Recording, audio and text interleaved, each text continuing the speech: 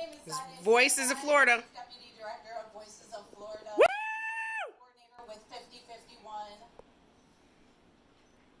Now, I'm sure many of y'all have heard about Florida. You'll probably know we've been dealing with a lot of this for a long time.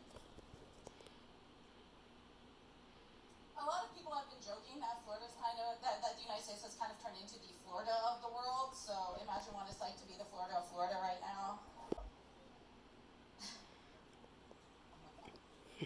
Listen, Florida has been sort of the testing ground for a lot of what y'all are seeing before you. None of this is really new. It's just straight out of the Florida Handbook. Voices of Florida has been battling in our state for reproductive justice, equitable education, healthcare access, and LGBTQIA plus rights for ages now. A lot of folks wrote Florida off in this nation, just like a lot of people in the world are starting to write off America. But our problems are everybody's problems, and that's how we wound up here today. So we are so grateful to be sitting at the table with 5051 to combat these issues on a national level with new activists like yourselves to give y'all access to the resources that we didn't have when we first started.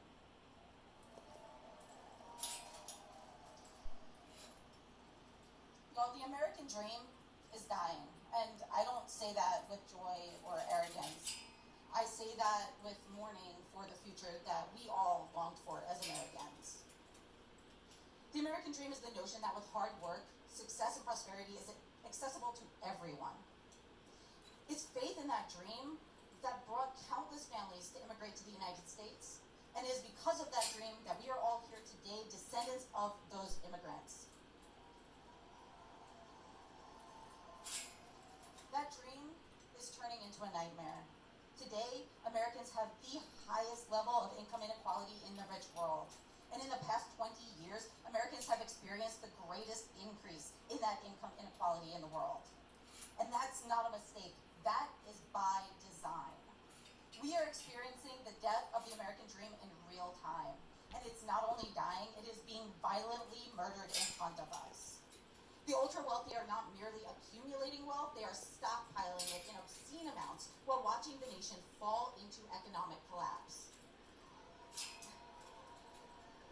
They have created a system in which they amass absurd net worth on the backs of hard-working, impoverished Americans. And what they don't want to tell you is that the system only works if they maintain control over the workforce. We are being systemically isolated from the rest of the world. Our media is being censored. Make no mistake, the president knew that tariffs would cripple the economy. That is exactly why he passed them.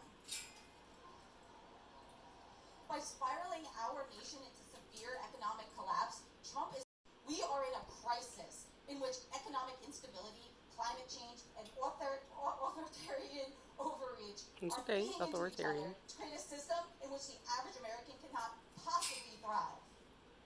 If billionaires, not to name names, raking in millions per day wanted to actually solve these issues, they would. But they choose to instead hinder progress to ensure that they continue to stay at the top.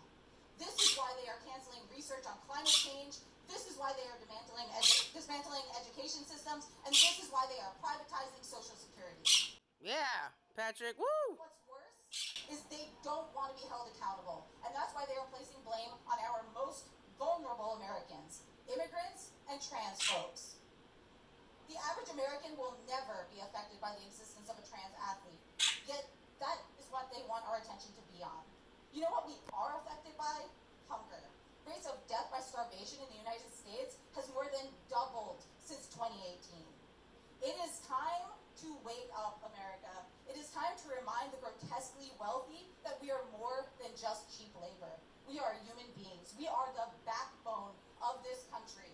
We, the people, are the future of the American dream, and we, the people, are taking it